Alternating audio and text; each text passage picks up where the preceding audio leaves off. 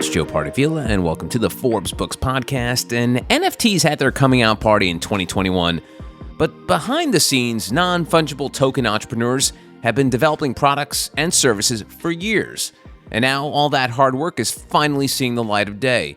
In New York City, the first ever NFT vending machine popped up in the financial district, with prices ranging from $5 to over $400. The once old-fashioned and old-school folks that run Major League Baseball are now offering packs of NFT trading cards starting at $50. And my guest this week is among the earliest visionaries pioneering NFT product design. His name is Jesse Johnson. He's the founder of Pixelcraft Studios, and his creation is called Aavegotchi, which is bringing NFTs to the world of gaming. Hey, Jesse, welcome to the podcast. Hello. Nice to be here. So, you know, in romantic comedies, Jesse, they have that meet cute where the two protagonists meet in sort of like a random fashion, and then the rest of the film is them falling in and out of love and then falling back in love. What was your meet cute with NFTs? Because I'm fascinated because this is, you know, for the layperson, NFTs had their coming out party in like winter 2021. But for a lot of people have been talking about NFTs for a while. So when did you fall in love with NFTs? Man, that's an interesting lead, and it makes me think that there is potential for like an NFT-based rom-com. I think we could do that based on my experience. So. I'm sure work on the algorithm, Netflix. They'll figure something out. Yeah, I mean that really is the in and out is kind of how I would say I started with a toe in the water very, very early when NFTs were like really far away from where they are now. I've been working in the crypto space for the greater part of the last almost 10 years now. And was really like I spent a lot of time overseas. I worked for some crypto exchanges based in Asia, some of the biggest ones out of actually mainland China. I'm fluent in Mandarin and spent a lot of time there, Singapore as well. And so part of my job was to meet a lot of different crypto projects, and they would bring typically their cryptocurrencies to me, right? And I'd have to evaluate whether they were of a sound plan, if it was a real team, all that stuff, because, there's so much noise out there. And so that was my job. But then somewhere along the way, maybe 2017, as early as that, I came across a couple of different founders at that time that were like, no, we don't have a cryptocurrency to pitch you or anything like that. We're working with these NFTs. And I was like, okay, well, what is that? And why don't you want to talk to me? So it was very, very interesting, those first few encounters, and it definitely got on my radar because I've always been a very creative person. I think I'm an artist at heart. And so when I came across those, like it definitely resonated from the start, but I don't think it really synced in until I was in New York for Consensus, I believe 2018. Went out to lunch with an old friend. He made me some introductions, all this. And at the end, there was a big bill, and he was like, I want to pick this up today, but I'm a hardcore, I only do Bitcoin. Like I pay for everything in Bitcoin. And I was like, okay, well, you want to pay me back with some Bitcoin? He's like, yeah, but I'm also a security guy, so I don't have any Bitcoin with me while I'm in New York. I was like, well, don't worry about it, man. No big deal. He's like, but I got these crypto kitties, these NFTs. Would you mind I just throw a few crypto kitties? You can pick them out. I got like a dozen of them. Pick a few of your favorite crypto kitties, and I'll send them to you for lunch. So that was my first NFT. I actually was, I got paid for lunch with a couple of crypto kitties. Wait, so I apologize for like getting us off course here, but so this friend you were having lunch with, how did they plan on spending, buying things and consuming things in New York if they didn't have Bitcoin or cash? I'm very confused. How was he like sleeping on people's couches? What was going on there? Yeah, I think couch surfing, I didn't think that was a thing anymore, but he was basically like, he's in the club. So he was like couch surfing at Bitcoin friends' houses. And for whatever reason, he didn't have his Bitcoin wallet with him that day.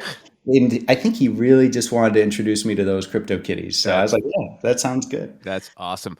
So it's safe to assume, when they throw around this phrase early adopter, you are all about early adopting. You've been in crypto for 10 years and now, NFTs for like 5 years.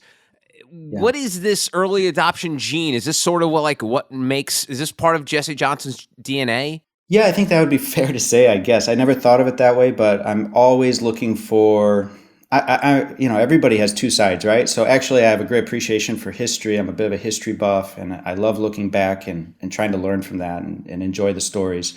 And then also when it comes to like kind of where I want to direct my own energy, I'm always looking at trends and trying to find things that just excite me. And typically if it's something that hasn't arrived yet, it's like I'm the guy who doesn't watch the movie. I watch the movie trailer and then I'm like good to go. So yeah, I think I'm kind of like just always looking forward and excited by what's coming. So Bitcoin captured my imagination early on. I was just like, digital money makes sense. We're in a digital world. If this is email for money, like sign me up. And then when smart contracts and Ethereum came around, that's when I really went in full time. I was like, at the time I was going for my law degree in China and I ended up dedicating my whole thesis to Bitcoin regulations and looking at the potential of smart contracts and how that could be regulated or not regulated. And so it's definitely just part of me is like, even outside of crypto, if it was music, like I said, I'm an artist and music based. Always looking for new instruments. Like what else can we make noise with? So stuff like that. That's cool. Now that you've been involved in crypto for better than a decade, are you shocked to see, or maybe were you expecting this moment where all of a sudden, like, grandparents know what Bitcoin is, or, not that they may be using it, but people are pretty well aware what Bitcoin is. Tell me about that 10-year jump from like when you got into it, when you were it took you like 30 minutes to explain what Bitcoin was someone, to now when you tell them you're involved in some sort of cryptocurrency, people get it.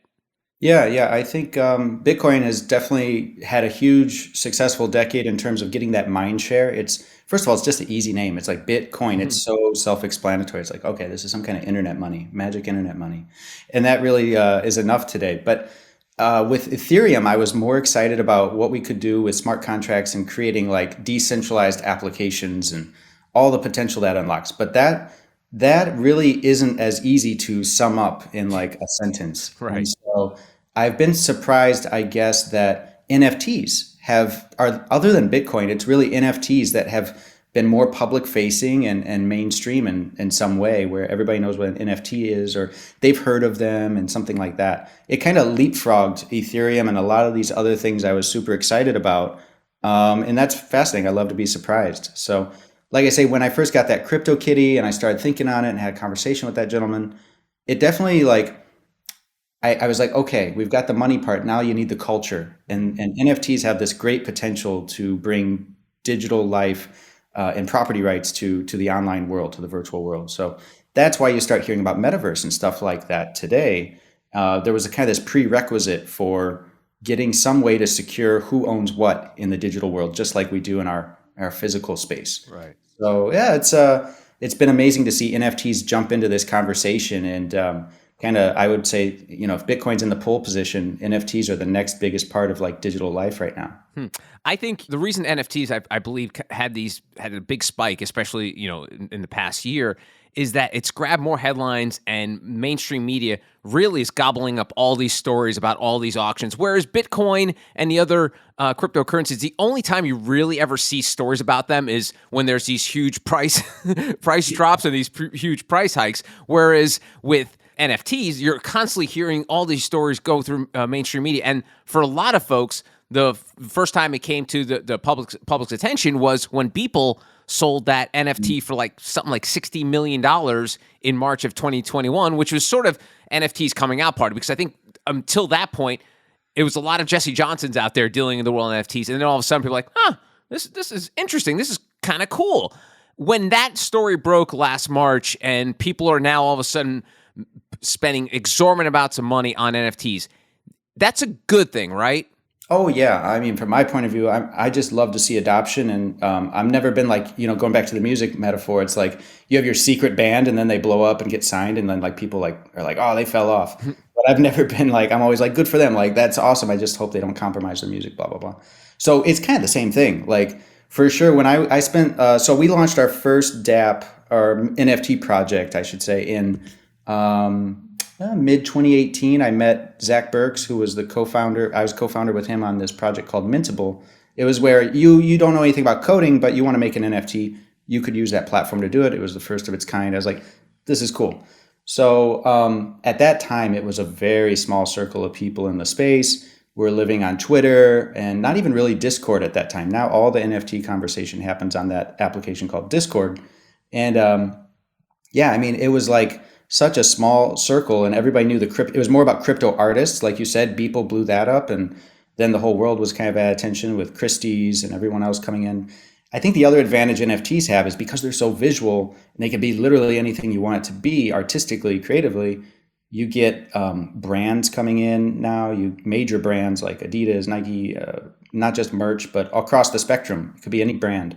And then you get celebrities coming in because they also are interested in, new ways to communicate with their fan base and to monetize that, of course. So it's really, really been amazing. And it's also surprised me at how quickly things have kind of skyrocketed. Because there was about 2 years there where, like you mentioned, the rom-com, I was like in love and out of love. I was like, this makes sense to me, but when's it going to take off? And like everybody's still just talking about cryptocurrencies in my space, relatively speaking. And then it blew up, and it blew up rather, rather fast. So we're continuing to see it find new use cases and new adoption. And it's very, very exciting times. Now, my concern about NFTs is, and it's more not a concern, but more of like, who's this for? Because the early adopters like yourself and the Beeples of the world and all these works of art that are being sold, they're being sold for hundreds of thousands of dollars, millions of dollars in some cases.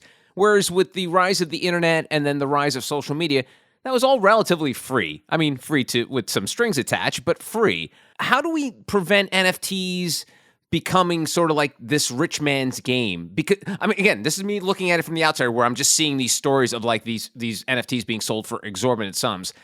Am I off base here, or is this something that could be a concern down the line?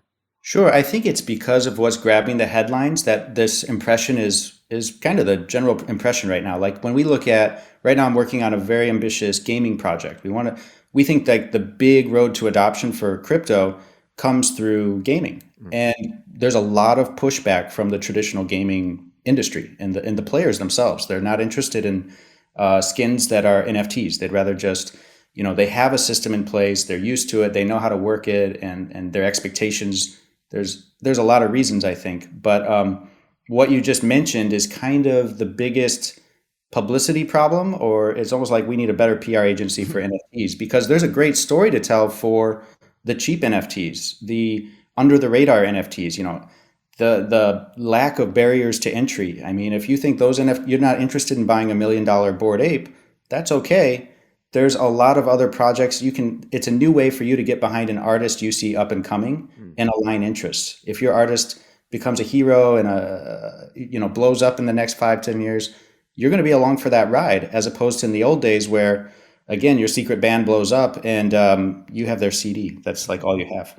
All right. So in the music metaphor that you used there, to find that band, you were probably in a nightclub or something like that, and all of a sudden they opened for a previously established band or something like that, or you heard it back in the good old days of the radio, or maybe now via your Spotify's of the world. Talk to me about these up and coming NFT artists. If I wanted to invest in one of these folks, how would I find them? Like, where do I go? Where do I look? Yep. So the conversation is mostly happening on a few platforms right now. I would argue that ones you're well familiar with, like Twitter, that's where I go every day for all my NFT content. The conversation starts on Twitter. And so, you can look for lists on Twitter. You can create lists. So there's a lot of curation happening where it's just like, here's the NFT artists I follow. Here's up and comings. There's Clubhouse and Twitter Spaces where people are having actually, if you're not into the typing, there's actually like a radio show. Like you can just pop in and literally join conversations happening in real time. And you make it less about just the investment side and more about like, I resonate with this person. This is an awesome person doing really cool stuff that I care about, and he has a message I vibe with. Then, and he's got an NFT for $5. You might just pick it up and want to have a support him and him or her, and also be a part of it. So there's a story that is bigger that's under the headline grabbing big money ones. And I think that's where the real excitement is, and the real use cases. You're going to start seeing like fan bases of real talent be identified and get to go along for that whole ride throughout the lifetime of that artist. Yeah, I mean, that's the thing. I think I'm fascinated by NFTs and I want to get involved with them, but it's that barrier of entry that you talked about. You're like, man, I don't want to, because there is some unknown to it, Jesse. I know you've been doing it for a while, but there's some unknown to, if I decide to spend $500 on an NFT, what it could be worth 5-10 years down. It could be worthless. Who knows, right? No one knows. There's just no way of telling. Yeah, that's why I suggest get the $5 NFTs first. You start there, and the worst case is it goes from 5 to 0 or 5 to 1. But yeah, it's like it's just a new medium, and there's high risk, low risk plays. There's different reasons to purchase a certain NFT. Some NFTs give you access to certain platforms or experiences. Those I think the NFT itself is just a technology, and it's really the value behind it is whatever it gives you. So another solution to this that we're personally working on, my project Aavegotchi, we're busy with this exact problem with the gaming, because with NFTs, like the original use case is scarcity. We can prove something is scarce or owned by somebody on the internet, right? Mm-hmm. Digital scarcity. And it's kind of like, it's a starting point, but if you get obsessed with scarcity, then there's really it's really hard to expand. Like, you think of Beanie Babies. We want everybody in the world to have a Beanie Baby. But if you're doing NFTs, you can't make 1 million Beanie Babies. You got to have, I think typically it's like 10,000. You have 10,000 Bored Apes, 10,000 of this cute character, and you go from there. That's not very many. So one thing we're doing is called lending, where we use smart contracts, and we just deployed this about a week ago, where, okay, there's 10,000 Aavegotchis or whatever. There's actually a few more. But if you want to play in our game, you need to own an Aavegotchi, or you need to have one. Well, we're not going to make you buy one. You can actually get one for free by just going to our smart contract, and people will actually lend you their Aavegotchi for free and then let you go play with it. And so this is where you get into more, you got to know how to use a Web3 wallet and things like that. But if you're able to actually get into the real use cases of these NFTs, it gets really exciting, because suddenly you're playing in what we call Web3, the future of the internet, versus these gated communities that you're just doing subscriptions on Web 2, right? Mm-hmm. So yeah, we're literally like lending out gotchis to strangers on the internet, and it's basically Uber or any other sharing economy app, except you're borrowing an Aavegotchi NFT. And like, for example, I could take my Aavegotchi and say, I'm going to lend it out for 8 hours to whoever wants it. And you go into my game and you play to earn, and any rewards you get in the game, I can preset a parameter and say, let's do a 20-80 split. You keep 80%, I'll do Pareto principle, I get 20%. And if somebody accepts those terms, there's absolutely zero friction. Somebody on the other side of the world, while I'm sleeping, could go in, take my Aavegotchi, play the game, and when I wake up in the morning, if I did an 8-hour lend and I slept 8 hours, I'll wake up, my Aavegotchi's back. So those are like the cool things that when I say I get excited about new ways to run an economy, new ways to align incentives. That's one very specific example, and it totally obliterates that whole expensive upfront cost. And your Aavegotchi project, I'm curious. You talk about playing. What do you mean by that? Like, what's going on in this world of Aavegotchi? What kind of games are you playing? Right. So the name kind of echoes something we all know and love, a Tamagotchi, right? And so the reason it's named that way is because we wanted to make a better crypto pet. So the original use case is you take care of this cute it's a little pixelated ghost. You take care of it, and you have to pet it every day. So it's like proof of attention. And if you take care of it every day and don't just let it collect dust in your crypto wallet, you actually get rewarded for that. Like there's what we call airdrops and rewards that come down to your NFT. What we're doing now, and what we just launched about a week ago, is called the Gotchiverse. And this is our answer to what a metaverse can be. Everybody's talking about metaverses. We've been in development with this for about a year, extremely ambitious project where we want to kind of set a new standard for what a metaverse could and should be. So you got your property rights with the NFTs. If you own it, you own it. Nobody can take it away from you. We've got these lending contracts so that I can let other people play with my toys. You can go and play with my NFTs for a while. And then as far as what it looks like, just imagine like Legend of Zelda 1990s, but like microdosed, like dipped in psychedelic colors. And so it's a really fun world to go and explore. You can build stuff. It's a full-fledged game. And the other part that most people don't talk about with NFTs that's very exciting is there's this kind of other thing happening in crypto called DAOs, DAOs. And I don't know if you've heard of those, but that's basically you take your NFTs or your tokens, and they are voting power so that you can actually collaborate or coordinate with strangers on the internet and build something together. It's like a corporation without any borders. And they're very, very powerful. And it all goes together. It's like NFTs aren't that interesting without DAOs, and DAOs aren't that interesting without NFTs. So with this, we are actually a DAO built game. And what that means is anybody who has an Aavegotchi has a say in what the dev team is going to build next for the game. And so it's actually like building the game is a game in and of itself. And this is the kind of stuff that we're experimenting with. We're not one of those companies that is in crypto and trying to abstract away the blockchain and make it disappear. We're quite the opposite. We're Pixelcraft Studios. We love blockchain. We see it getting adopted at a highest rate since the internet. And we want everybody to be able to come in and experiment and play with these smart contracts in a safe environment. So we run to it, not away from it. And so the Aavegotchi world that you've built, will it live in the metaverse or is it its own metaverse? Yeah, so the word meta, these terms are kind of getting thrown around. I would say a more accurate way is to say it's a virtual world. It's a game. At the end of the day, it's a game. And the reason it kind of gets mixed in with metaverse is because of the property rights, the digital ownership that each player has in the world, and the idea that eventually these different virtual worlds will get out of their silos, and you'll be able to take your assets from the Gotchiverse and move them to maybe a different game or different metaverse over there. So I think of it as a virtual world of one of many virtual worlds, and as they all get connected over the next few years, then you'll have a true umbrella term like metaverse that's appropriate. Got it. And VR is a big part of the metaverse, not exclusive to it, but a big part of it. Do you see VR playing a part in your Aavegotchi project? Yeah, so that's another one that, when you go to dinner parties, everybody talks about like describing Ready Player One, or if they're a little cynical, it might be The Matrix. It's like these fully immersive virtual worlds. That's totally coming. Like there's definitely a place for that kind of experience, but I feel like it's pretty far down the road. Simple things like bandwidth and just lag. Some of the more like 3D type virtual worlds that are out there right now, like a Decentraland or a Sandbox, they're going that direction. And for us, we wanted something as lightweight and non-intimidating as possible. So we went the opposite way. We're like retro Super Nintendo. And I think that both are technically part of this metaverse. It's just, you don't always want to be in a fully immersive 3D world when you got a beautiful place, hopefully in your real life.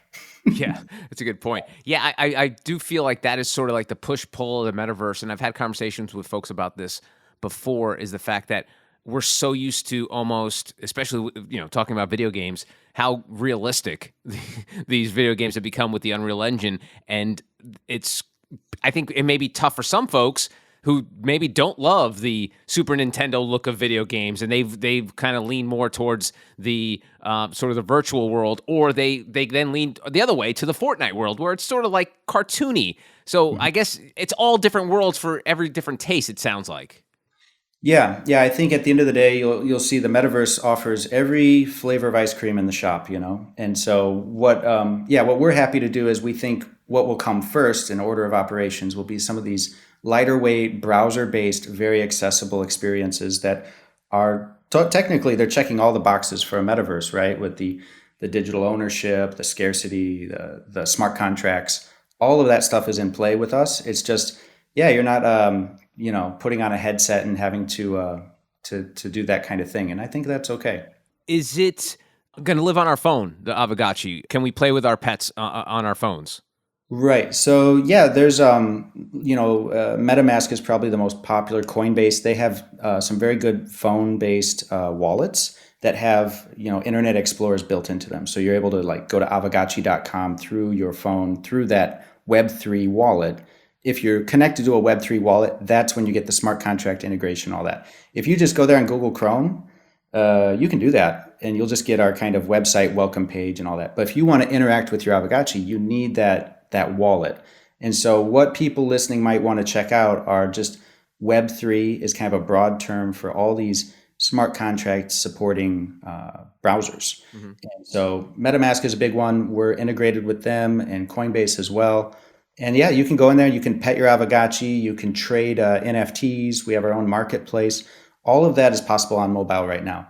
The Gotchiverse game, however, that just launched, we launched exclusively for desktop and laptops first. Mobile support will come in the next month or so. So it's right around the corner. So to break things down, you've essentially created playable NFTs. Instead of just Yes. sitting in their wallet and you could show it off, down the line, people will be able to sort of show off their NFTs in the metaverse.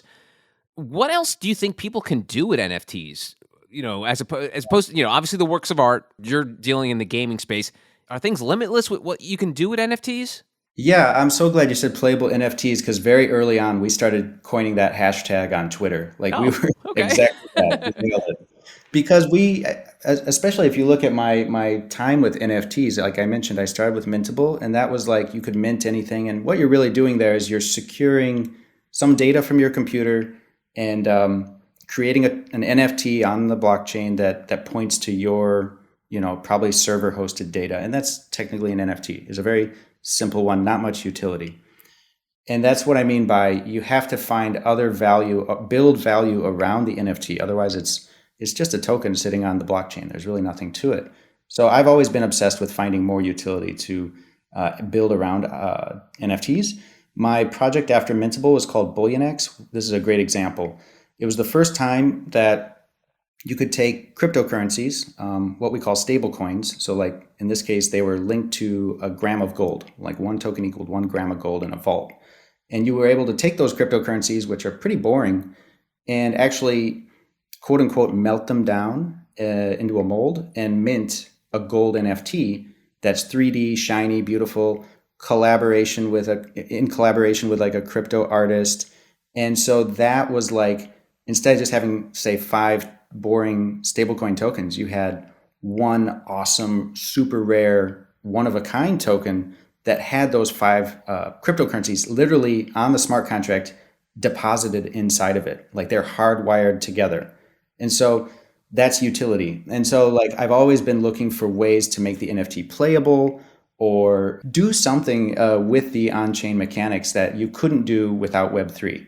So at our office and our team meetings, we're always looking at what can we do with this game or this NFT project that we literally couldn't do if NFTs didn't exist. And if you can basically do the same thing and have the same experience without an NFT, I'm not very interested in, promoting it. If it's just like, oh, it's rare now, you can prove there's only 10,000 of them. It's like, that's been done literally hundreds of times by now and doesn't really add any value. So we're very careful about looking for projects we partner with that offer really unique experiences where people come in and they leave going, wow, that was cool. I'd never thought of being able to do that before, and now I can. And this isn't an NFT, but I'll give you one example. There's a French team that came up with some really cool proprietary smart contracts. They're called GBM. And these guys came up with an answer to a better way of doing an auction. So in a typical auction, Joe, let's say you bid on an NFT, you want it, and you bid 100 coins. And then I come in and I bid 150. Well, you go home, you didn't get the NFT. I win, I got the NFT. Auction's over. That's pretty boring. What they were able to do with these smart contracts is when you bid your 100, you actually transfer the 100 into the escrow contract so that the 100 coins are sitting on the blockchain now in their wallet. You actually sent the coins in real time. Then I come in and I bid 150. The smart contracts recognize I outbid you. It refunds you your tokens. Plus, it actually takes a piece of what typically would go to the auction house. It takes a piece of what I outbid you by and also sends those back to you. So you bid 100, now you get paid 120. You got paid to lose. And this is called a GBM auction. So it's like everybody wins. You either got paid to lose or you end up with the NFT at the end. And what you end up with is like we partnered with them to do 3-day auctions. And we ended up with a really cool scenario where the community is on fire. They're having a lot of fun. There's price discovery that usually would take weeks or months to play out, crammed into a 3-day period. And it's a fascinating, from an intellectual academic point of view, it's fascinating from an economic point of view. And that's one of those things that's like, yeah, it's trustless. It's completely, happening in real time with people on computers just talking to each other all over the world. And that would not be able to be done, without the blockchain. So those are the kind of experiences that are really exciting and really fun. And I think younger people who are already very native to digital life, people younger than me when I say that, they're going to identify and catch on with this kind of Web3 life very, very easily. The trends are clear. Like digital life just every year takes up more and more of the mind share of the entire world. So Web3 is a much better place to play with those kind of experiences. And you mentioned earlier, I don't know if you were kind of just like alluding to it, but like the gaming industry is not fond of what you're doing. And I'm curious, as someone who kind of dabbles in games, I think it would be cool if Ubisoft decided to offer like an NFT for an Assassin's Creed character that was just yours. Is that something that you see any of these, I wouldn't call them competitors, but folks in the gaming industry would try to do what you're doing with your Aavegotchis? Yeah. Oh, Ubisoft is gonna. They're a competitor in my mind. We'll be at E3 next year with a booth right next to them. That's our game plan. Nice. But yeah, actually Ubisoft is one of the few that have come in and dabbled in the NFT space. They did an accelerator program based out of Singapore while I was living there, and started working with some of these startups that are trying to build and experiment with gamified NFTs. And they got a lot of pushback here recently. I don't remember the finer details of it, but their community. There's a suspicion, rightfully so, to say, okay, is this a money grab? What we're introducing, like finance into our games. Do we want that? We want to keep the focus on a good gaming experience. So I totally understand the concerns and questions. I think we're still super early, and it's up to the Web3 space, the NFT space, to prove and deliver products that win this crowd over. And at Pixelcraft Studios, that's what we're working every day to do. And that's why we've, kind of cross-pollinated the, our origins are on the crypto blockchain side, but we're busy hiring from the traditional veteran gaming side. And I think we're at about 45, 50 people on our team now full-time. And about a dozen of them are, former Capcom, former World of Warcraft, that kind of stuff. And so we're bridging that gap because both sides bring something to the table. And it takes time for these things to get to a point where we can deliver a product that wins traditional gamers over. It's funny that you said there's pushback because, man, if there's an industry that loves something, find someone who loves you as much as the gaming industry loves microtransactions. I mean, they are all in on that. So that's why I wonder, like, boy, this just seems like the next step from microtransactions.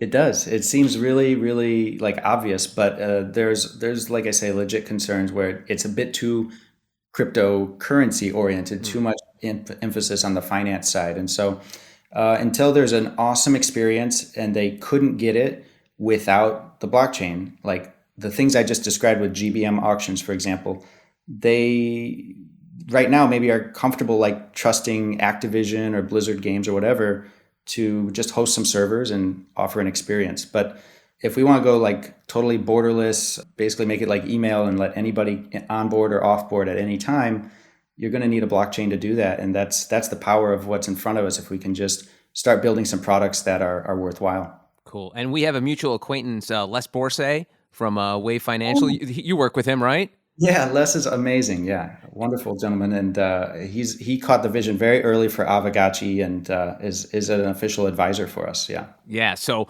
I spoke to him earlier here. We had a really, really intense conversation about the future of metaverse, and we're both Gen Xers, but me being sort of like the Gen Xer who remembers like the crappy virtual reality world of the Lawnmower Man. I would make fun of him, like, I don't want to go in the Lawnmower Man, but he's obviously very bullish on the metaverse. So bullish, so Jesse, because I was sort of pushing back on it. He actually sent me like an Oculus in the mail. Like he was like, here, you have to experience this. So my question to you is, you've seen sort of like these growth cycles, like for like stepping back a little bit. Bitcoin, it took about like 10 years in your lifespan, and then NFTs was like less than 5 years.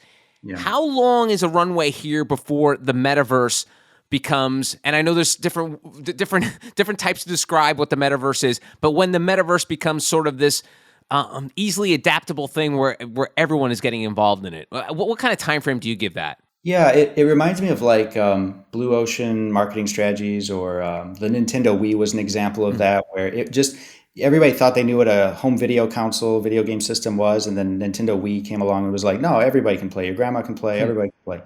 And so we're just waiting for that product market fit, that right approach where it's like onboarding is solved and everybody actually has a motivation to jump in and try it.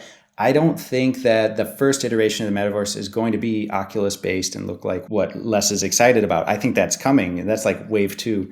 That's why we're putting our bets on mobile phones, laptops, typical, very familiar browsers. Maybe people won't even call it the metaverse, but it's something that doesn't exist today and is going to be widely adopted in the next couple of years. Maybe the next 18 months. I mean, if things go well, we're shooting to become a dinner conversation type of project here in the near future. And I think Web3 has so much potential, so many projects that are on the cusp of that right now. It sounds like, Les's company's called Wave Financial, so we won't beat that up too much, but it sounds like you're describing Web 3.0 coming to us in waves as opposed to it coming all at once. Was I correct in that sort of analysis there? Yeah, you could even argue like the Bored Apes and the Cool Cats and the Aavegotchis, the like kind of what's happening right now with just trading NFTs, and that's wave one. And then it started a conversation of, okay, well, this is kind of like a Lego block to build the metaverse. And it's like, yeah, it is.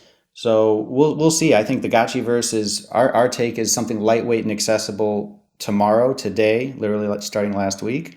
And then the next wave might be, more immersive. Everybody's going to have fast internet connections. There's like infrastructure issues that hold back some of this before we get to like Ready Player One type stuff, but probably in our lifetime for sure.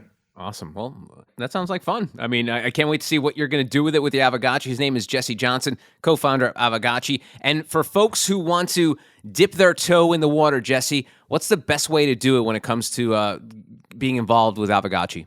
Yeah, so we have a wonderful landing page that kind of educates and shares a lot about what we just talked about here at Aavegotchi.com. We spell that with 2 A's. It's a reference to another big DeFi project called Aave we partnered with. So it's spelled AAVE, then Gotchi.